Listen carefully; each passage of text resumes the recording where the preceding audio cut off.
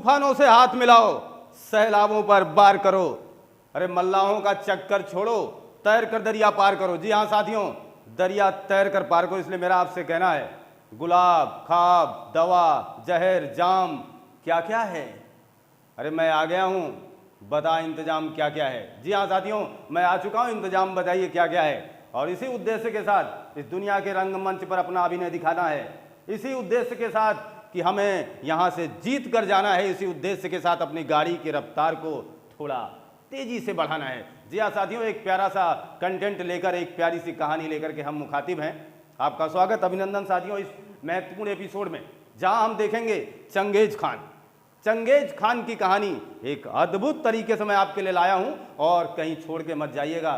बहुत ही दिलचस्प ये कहानी होने वाली है, बहुत ही दिलचस्प, जिसके सुन करके आपके रोंगटे खड़े हो जाएंगे साथियों। चंगेज खान जो किसी का मोहताज नहीं है, चंगेज खान की कहानी, चंगेज खान का नाम, चंगेज खान का व्यक्तित्व, चंगेज खान के कारनामे किसी के मोहताज नहीं है साथियों। इतिहास के पन्ने चीख उठते हैं आज भी जिन्होंने इस त्रासदी को झेला है। चंगेज खान एक तूफान से कम नहीं था।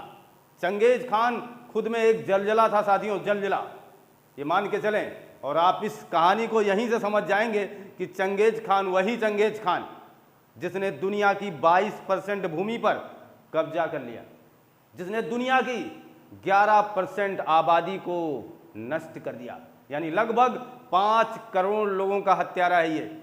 5 करोड़ लोगों की हत्या करने वाला, हजारों महिलाओं की अस्मत लूटने वाला, 200 से ज्यादा पुत्र रखने वाला, 500 से ज्यादा बीवियां रखने वाला। अद्भुत है ना चंगेज खान। चीन के लोग जिसे आज भी, जंगली यूरोप के लोग जिसे आज भी शैतान कहते हैं, पर मंगोलिया के लोग जिसे आज भी भगवान कहते हैं। वाकई में ऐसी दिलचस्प होने वाली है, एक कह सकते हैं दुनिया के रंगमंच पर एक अभिनय करके चला गया हुआ इंसान, जिसके बारे में कई अवधारणाएं हैं। मैंने बात की चीन के लोग जंगली, यूरोप के लोग शैतान, पर दिलचस्प लगेगा साथियों, मंगोलिया के लोग इसे आज भी भगवान कहते हैं। इसका मतलब कुछ तो था इस आदमी में, कहीं जंगली तो कहीं शैतान, कहीं भगवान। ये रूप आपके कैसे हो सकते हैं? क्या थे आपके कारनामे, और किस तरीके से आपके इतिहास में हम दिलचस्पी बनाएंगे साथियों, जरा गौर फरमाइएगा और बहुत ही शिद्दत से इस कहानी को लेने का प्रयास कीजिएगा। कहानी शुरू होती है हवा की सरसराहट में। कहानी शुरू होती है एक उस दौर में जब हमारे विश्व की जनसंख्या धीरे धीरे बढ़ना शुरू हो चुकी थी, अर्थात थोड़ी सी तीव्रता आ चुकी थी जनसंख्या वृद्धि दर में। अर्थात आप समझ सकते हैं वातावरण असंतुलित होना शुरू हो चुका था। हमारा अभिप्राय था ये बताना। साथियों जरा ध्यान दीजिएगा, अगर हमारी जनसंख्या लगातार अनवरत रूप से यूं ही बढ़ती चली गई तो पक्की बात है एक दिन जरूर इस पृथ्वी का विनाश होना संभव है, और होगा भी, क्योंकि हम नेचर के साथ बहुत लंबा खिलवाड़ नहीं कर सकते हैं। ये जमाना उस समय था जब हम शुरुआत में थे, यानी एक शुरुआती मोड में थे, जहां हम जनसंख्या वृद्धि दर को थोड़ा सा तेजी से, गति से बढ़ा रहे थे और अपने आसपास के जंगलों को अपने लिए काट रहे थे। आज तो काफी काट चुके हैं, लेकिन तब हम काटना शुरू किए थे, अर्थात वातावरण को प्रदूषित करना शुरू किए थे साथियों। उस समय, उस दौर की कहानी है ये। एक कहानी चीन के जस्ट ऊपर स्थित देश मंगोलिया की है। आप मैप में देखेंगे तो चीन के ठीक ऊपर मंगोलिया देश, जिसका आप शायद हम लोग बहुत ही कम नाम लिया करते हैं। एक दौर हुआ करता था कि मंगोलिया का आप नाम सुनिएगा, मंगोलिया का भगवान आपके स्क्रीन पर है, मंगोलिया के करेंसी में भी चंगेज खान की फोटो आपको मिलेगी, अद्भुत लगेगा। और चीन के लोग आज भी इसे जंगली कहते हैं, यूरोप के लोग आज भी इसे शैतान के नाम से ही जानते हैं। इतिहास के पन्ने कराह उठते हैं चंगेज खान के नामों से। देखिएगा जरा, सुनिएगा जरा, गौर फरमाइएगा। अब इसी सरसराहट के बीच में, इसी बढ़ रही जनसंख्या, इसी बढ़ रही आबादी के बीच में मंगोलिया में स्थित किनोन नदी, साथियों सब याद रखिएगा आप लोग, हम बात कर रहे हैं मंगोलिया, वही मंगोलिया जिसकी राजधानी आज उलान बटेर है, मंगोलिया। और इसी मंगोलिया में एक नदी का नाम हमने जिक्र किया है, किनोन नदी। साथियों याद रखिएगा, इसी किनोन नदी के किनारे एक कबीले में, एक कबीला, अब आप समझें इतिहास में पहले कबीले ही घर हुआ करते थे, कबीले ही मजहब हुआ करते थे, कबीले ही मकान हुआ करते थे, और कबीले ही हमारी जान हुआ करते थे, हमारी शान हुआ करते थे। एक वो दौर था, ये जमाना है उस समय का। अभी जब आप सन सुनेंगे, इस टाइम पीरियड को जानेंगे तो आपको खुद ही आपका मन आपसे कहेगा कि ऐसा रहा होगा। तो आपने कई मूवियाँ भी देखी हैं ऐसी, बंजारन वगैरह, तो कबीले पर ही आधारित मूवियाँ थी, आपने देखा भी होगा। तो कबीले हुआ करते थे। किनौन नदी के किनारे एक कबीले में, जिसका मुखिया था येसुजेई, नाम देखिएगा, मुखिया है येसुजेई।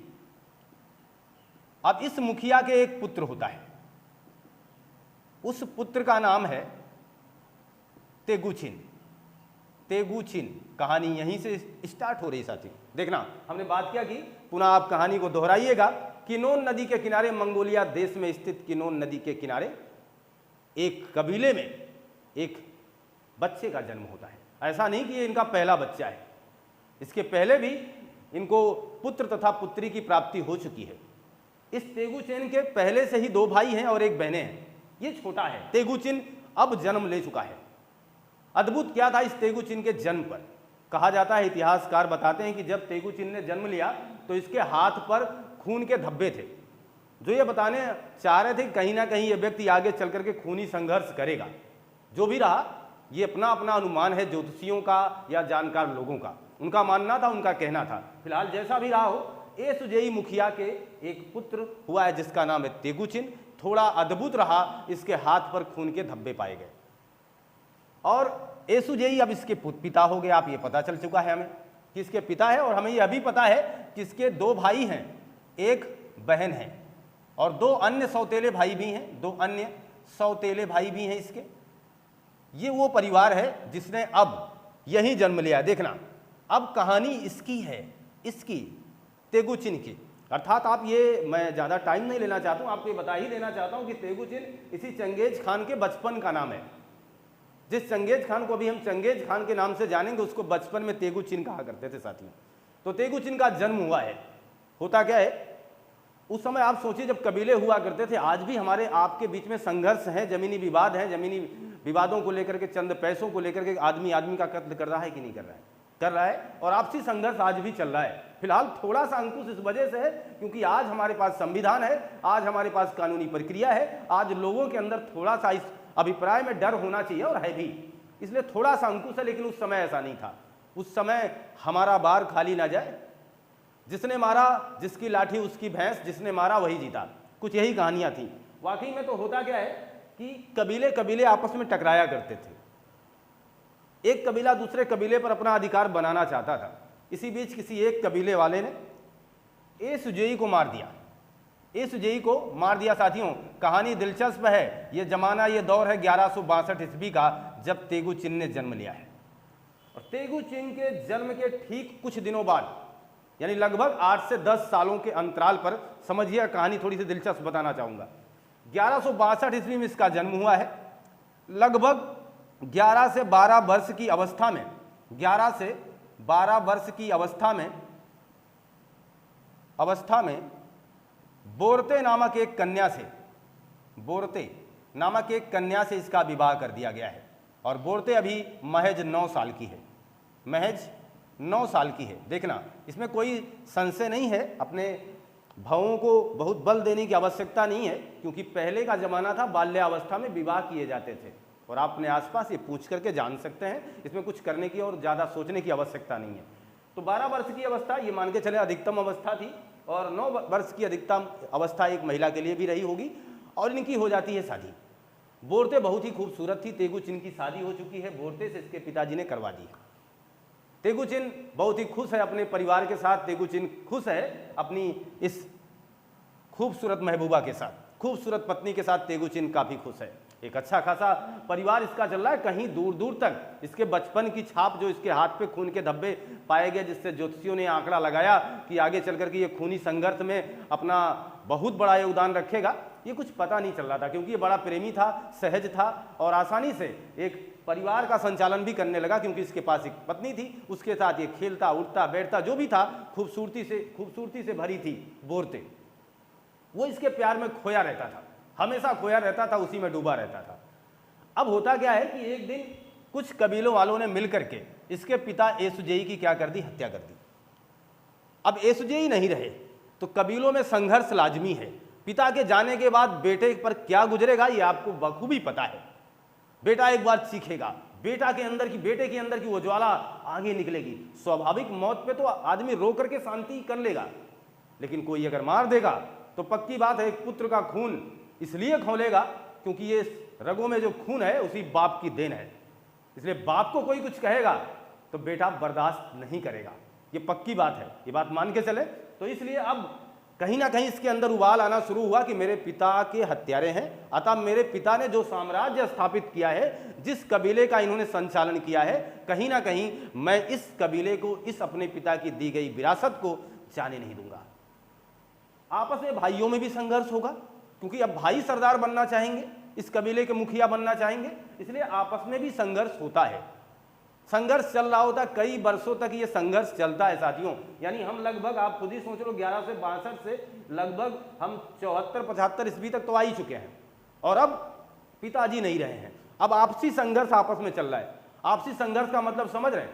अब आपसी संघर्ष आपस में चलना शुरू हो चुका है, लोगों में, कबीलों में आपसी संघर्ष हो रहा है और इस संघर्ष के नाते, इसी संघर्ष के कारण इस युद्ध गति को आगे बढ़ाया जाएगा। दोस्तों, संघर्ष चल रहा है एक अभिप्राय के साथ, एक बहुत ही बड़े उद्देश्य के साथ। और अब होता क्या है कि धीरे धीरे तेगुचिन थोड़ा सा तो नाराज है ही, और इसने, कहा जाता है कि अपने भाइयों की हत्या कर दी।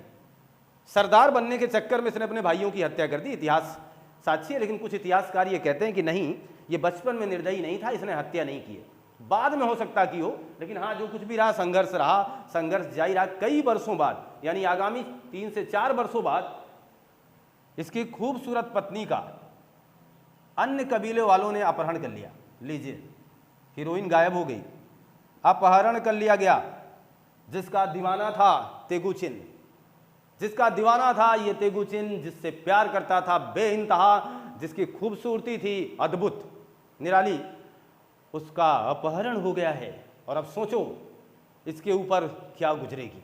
और अब यहीं से खूनी नरसंहार की कहानी जन्म लेती है साथियों। ऐसी तमाम मूवी आपके सामने फिल्माई गई होंगी, तमाम मूवियां यहीं से खूनी संघर्ष की कहानी जन्म लेती है। और अब इस कबीले का सरदार ये कसम खाता है कि मैं 1-2 नहीं मानूंगा, मैं पूरी दुनिया पर मेरा विरोध करने वाला, मेरे सामने आने वाला, मेरे रास्ते की रुकावट बनने वाला हर किसी व्यक्ति को मार दूंगा। ये कसम खाता है, हर कोई मारा जाएगा। और अब ये दुनिया देखेगा तेगुचिन का नया रूप। तेगुचिन कई कबीलों को इकट्ठा करता है, जो कबीले इसका विरोध करते उसको मार देता था। एक बड़ी विशेषता इसके अंदर थी कि किसी को अपना दास नहीं बनाता था, किसी को गुलाम नहीं बनाता था, किसी को बंदी नहीं बनाता था। इसका मानना था अगर हम बंदियों को साथ ले चलेंगे तो हमारे सेना की रफ्तार धीमी हो जाएगी। क्या अलौकिक था, क्या तरीका था इसके अंदर, सोचना जरा कि सेना यानी टूटे फूटे लोगों को लेकर चलना, यानी सेना की रफ्तार धीमी करना था। कई कबीले जुड़ते गए इसके भय से, इसके डर से, तमाम लोग इसके साथ जुड़ते चले गए। एक बहुत बड़ा सैन्य बल तैयार कर दिया तेगुचिन ने। और 1206 ईस्वी में साथियों देखिएगा कहानी, 1206 ईस्वी में इसी किनौन नदी के किनारे एक सफेद झंडा फहराया जाता है। सफेद झंडा फहराया जाता है जहां इसे कैगन, ड्रैगन नहीं, कैगन की उपाधि से नवाजा जाता है। कैगन की उपाधि से नवाजा जाता है और संभवतः इतिहासकारों का मानना है यहीं से इसका नाम चंगेज खान पड़ता है, और जिसे अब हम दुनिया का बादशाह कहेंगे। दुनिया का बादशाह, इस शब्द का अर्थ है दुनिया का बादशाह। कैगन की उपाधि सफेद झंडे के नीचे किनौन नदी के किनारे मंगोलिया में 1206 ईस्वी में इस कबीले के सरदार को दिया जाता है, जिसने कई कबीलों को मिलाकर के एक बहुत बड़ा साम्राज्य तैयार कर दिया, एक बहुत बड़ी सेना बना रखी है। और अब इसे कैगन की उपाधि मिली, से नवाजा गया, और शायद संभवतः इतिहासकारों का मानना है कि यहीं से इसका नाम चंगेज खान पड़ता है, जिसका मतलब होता है दुनिया का बादशाह, दुनिया का बादशाह। अब आ गया ये सोच करके कि मैं दुनिया का बादशाह बनूंगा, ऐसी परिकल्पना लेकर के, ऐसी अवधारणा लेकर के। जीते ना जीते वो अलग बात है, हम अपने अवधारणा को छोटा नहीं कर सकते। इसी उद्देश्य के साथ ये आगे बढ़ता है। एक बहुत बड़ी क्रियाकलाप को आगे संपादित करने के लिए व्यक्तित्व आगे बढ़ेगा।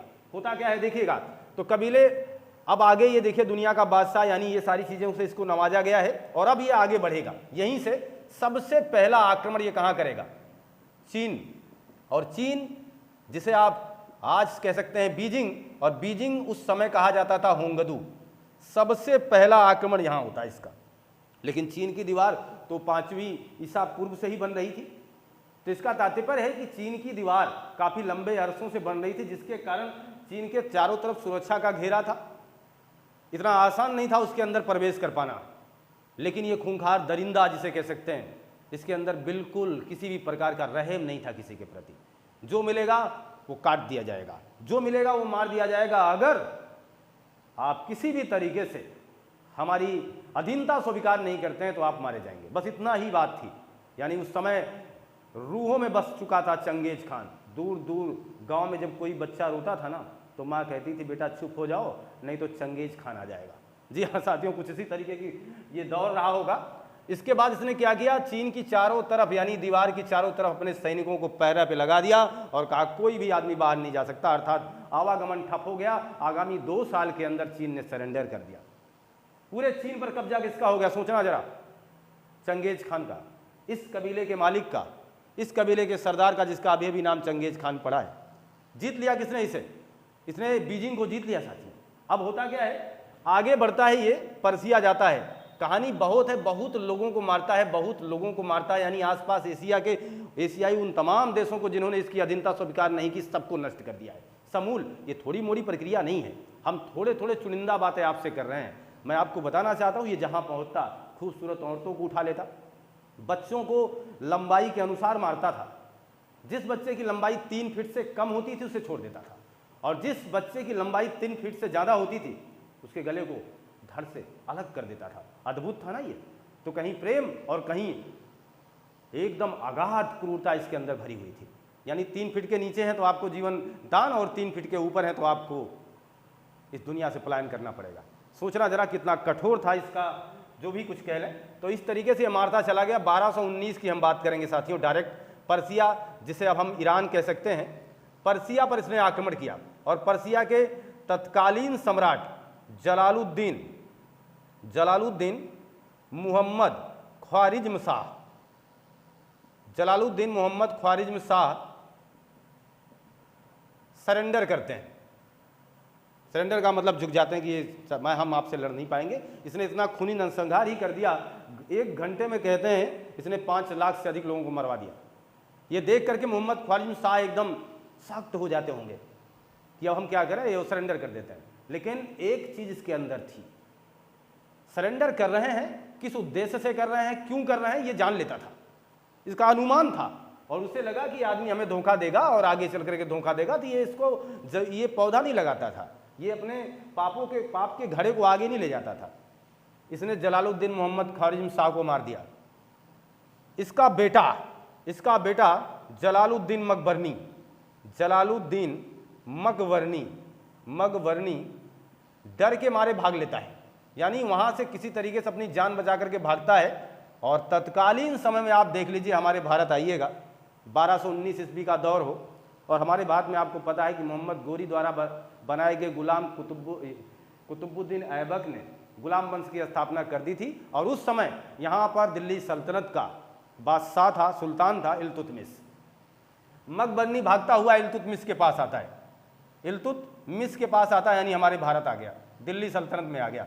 कहा कि कृपया हमें बचा लीजिए, हमारे पीछे बड़ी दिक्कतें हैं। तो इल्तुतमिश ने कहा चलो ठीक है, आप आइए, मेहमान हैं हमारे, और अब मेहमान नवाजी होता है, कोई बात नहीं, कौन पीछे पड़ा है। चलिए, वो हबड़ाया हुआ था मकबरनी की, भाई साहब किसी तरीके से हमें बचा लीजिए, कोई हमारे पीछे पड़ा हुआ। तो ठीक है, इल्तुतमिश ने कहा चलो ठीक, हम आपको शरण देते हैं, हम भी बड़े सुल्तान हैं। और इल्तुतमिश ने शाम को जब इसको खाने पर आमंत्रित किया, तब इससे बातों बात में पूछना शुरू किया कि कौन था जिसने आपको दौड़ाया हुआ है। अब ये कहता है चंगेज खान। इल्तुतमिश जब चंगेज खान का नाम सुनता है ना, तुरंत इसको उठाता, उठ चल निकल, हमारे भारत को बर्बाद कर देगा क्या तुम, तुम्हारे चक्कर में अपनी पूरी सल्तनत जो बनी हुई सबको बिखेर दें हम। तुरंत उठाता है, तुरंत भिजवा देता है, और अपना एक दूत चंगेज खान के पास भेजता है। उस दूत के हाथों ये लिखवा करके भेजता है, ये संदेश भेजता है कि आपके अनुकूल भारत का माहौल नहीं है, भारत का पर्यावरण आपके अनुकूल नहीं है, और आपका जो दुश्मन है वो हमारे यहाँ शरण लेने के लिए आया था, मैंने उसे मार के भगा दिया है, और वो कहीं भाग गया डर के। ये सुन करके कि चंगेज खान ने कि हमारी अधीनता पहले से ही और हमारे लिए कितना अच्छा काम किया कि हमारे दुश्मन को जगह नहीं दी। यही सोच करके चंगेज खान भारत नहीं आता है। बड़ी अच्छी, मैं तो कहूँगा कि इल्तुतमिश का ये बहुत ही अच्छा विचार रहा होगा, क्योंकि अभी दिल्ली सल्तनत बनी रही थी, कहीं चंगेज खान आता तो इसे बर्बाद कर देता। क्योंकि आप अभी बन रहे हो, बना रहे हो, और चंगेज खान आता तो पूरा उजाड़ देता। ये सोच करके इल्तुतमिश ऐसा नहीं था बहादुर नहीं थे, ऐसा नहीं था इनके पास सेना नहीं थी, लेकिन उन्होंने सोचा कि अभी हम दिल्ली तो सजा रहे हैं, अब कोई आ जाएगा तो बर्बाद हो जाएगी दिल्ली। ये सोच करके इसने क्या किया, इल्तुतमिश ने यही काम किया कि इनको वापस कर दिया और संदेश भिजवाया, जिससे ये चंगेज खान हमारे भारत में नहीं आया। साथियों, कुछ यही मामला रहा। देखना, तो चंगेज खान की कहानी आपको जितना कुछ मैं देना चाह रहा हूँ, जितनी बेहतर ढंग से मैं आपको बताना चाह रहा हूँ, वाकई में मैंने आपसे कई बार कहा। अब देखिएगा कुछ और महत्वपूर्ण बातें। मैंने आपसे थोड़ी देर पहले कहा कि 11% आबादी का हत्यारा है ये। इसी कड़ी में मैं आपसे कह दूं कि लगभग 5 करोड़ लोगों को मारा था इसने। 5 करोड़ लोगों की क्या की थी इसने, हत्या की थी। आप रूस का नाम सुने हैं, रसिया का नाम जानते हैं। रूस में इसने अपनी पुत्री की शादी की थी, यानी इसकी जो बिटिया थी उसकी शादी कहाँ हुई थी, रूस में। कई पुत्री थी, लेकिन इसी एक पुत्री की शादी इसने कहाँ की थी, रूस में। होता क्या है, जो इसके यानी इसका दामाद जो था, इसकी पुत्री का जो पति था, उसको कुछ लोगों ने मार दिया। पुत्री अपने पिता के पास फरियाद भेजती है कि पिता, हमारे पति को किसी ने मार दिया है और मेरी इच्छा है कि आप सबको मार दो। जैसा बाप वैसी बिटिया। बिटिया ने भी इच्छा यही जाहिर की कि सबको मार दो, जिसने मारा उसे नहीं, सबको मार दो। और बेटा भी, बाप भी, ये सब इसी तरीके से आगे बढ़े हैं। और अब चंगेज खान अपनी पुत्री की आग्रह पर रूस पर हमला करता है। और इतिहासकार कहते हैं रूस में उस समय आबादी थी 25 लाख की, और 1 घंटे के महज कत्लेआम में, 1 घंटे के महज कत्लेआम में रूस की आबादी बचती है मात्र 2.5 लाख। आप सोच सकते हैं कितनी भयंकर और कितनी बेदर्दी से लोगों को मारा गया होगा। चंगेज खान ये तूफान का नाम था। चंगेज खान उस निर्दयी शासक का नाम था जिसने कभी ये सोचा ही नहीं है। और सोचो जरा, इस तरीके के अंजाम देने के बाद, जहां हमने अभी पहले भी बात कहा कि हजारों महिलाओं की अस्मत लूटा है, कौन माफ करेगा इसे। हजारों महिलाओं की इज्जत आबरू को इसने लूटा है। 500 से अधिक इसने बीबियां रखी, पत्नियां रखी, 200 से अधिक इसके पुत्र रहे। आज भी 2003 के एक सर्वेक्षण के दौरान यह पाया गया कि आज भी 1.5 करोड़ यानी 1.5 करोड़ लोगों के शरीर में आज भी चंगेज खान के वंशजों का डीएनए है, यानी चंगेज खान का डीएनए है। सोचिए, यानी चंगेज खान ने अपना वर्चस्व इस कदर बढ़ाया हुआ था कि दुनिया की 22% आबादी पर इसने कब्जा कर लिया था। और 22% आबादी पर कब्जा करने का मतलब आप समझ सकते हैं, जिसकी 500 बीबियां हों, 200 से अधिक पुत्र हो, तमाम इसने रेप किए हों, बलात्कार किए हों, उस कदर आप अंदाजा लगा सकते हैं कि इसका डीएनए कहाँ कहाँ पहुँचा है। और इसी अंदाजे के साथ आप ये आंकड़ा छू सकते हैं कि 1.5 करोड़ आबादी आज भी पूरे विश्व में चंगेज खान के डीएनए से ताल्लुकात रखती है, चंगेज खान के डीएनए से मैच करती है, यानी उसके वंशजों के डीएनए से मैच करती है। अद्भुत है ना साथियों, ये चीज़ आप मान के चलें तो ये आंकड़ा जो हम आपको दे रहे हैं वाकई में बहुत ही खतरनाक था। लेकिन एक बात और ध्यान दें, आप कितने भी बड़े क्यों ना हो जाए, लेकिन इससे कुछ लेना देना नहीं होता है। 22% भूमि का मालिक तथा अथाह धन संपदा का मालिक ये नहीं जानता था कि मेरे पास कितना धन है, कितना पैसा है। और लास्ट में इसे अपने जीवन के अंतिम पड़ाव में इसे इन्फेक्शन होता है। लोगों का मानना है इसकी मौत इन्फेक्शन से होती है, बीमार होता है ये और मर जाता है। इसने अपनी अंतिम इच्छा में ये कहा था, अंतिम यानी इसके शब्द थे, मैं पूरी दुनिया फतह करना चाहता था, मैं पूरी दुनिया फतह करना चाहता था, लेकिन एक उम्र इसके लिए बहुत कम है। मैं पूरी दुनिया फतह करना चाहता था, लेकिन एक उम्र इसके लिए बहुत कम है। ये चीज़ अद्भुत लगी सोच करके कि इसने जाना कि मैं कर सकता था, मैं पूरी दुनिया जीत सकता था, लेकिन एक उम्र इसके लिए काफ़ी कम है। उम्र क्या पड़ गई इसकी, छोटी पड़ गई। तो साथियों आप इसका स्क्रीनशॉट ले लीजिए। तो ये कहानी आपको कैसी लगी, चंगेज खान की कहानी आपके प्लेटफॉर्म पर हमने प्रोवाइड कराने का बेहतर प्रयास किया। साथियों कहानी आपको कैसी लगी कमेंट बॉक्स में जरूर बताइए। हमारी मुलाकात अब आपसे नए एपिसोड में होगी। अपने दोस्तों के पास शेयर करना मत भूलिएगा। पढ़ते रहिए, मस्त रहिए, खुशहाल रहिए। आपका दिन शुभ हो। आपको बहुत बहुत धन्यवाद।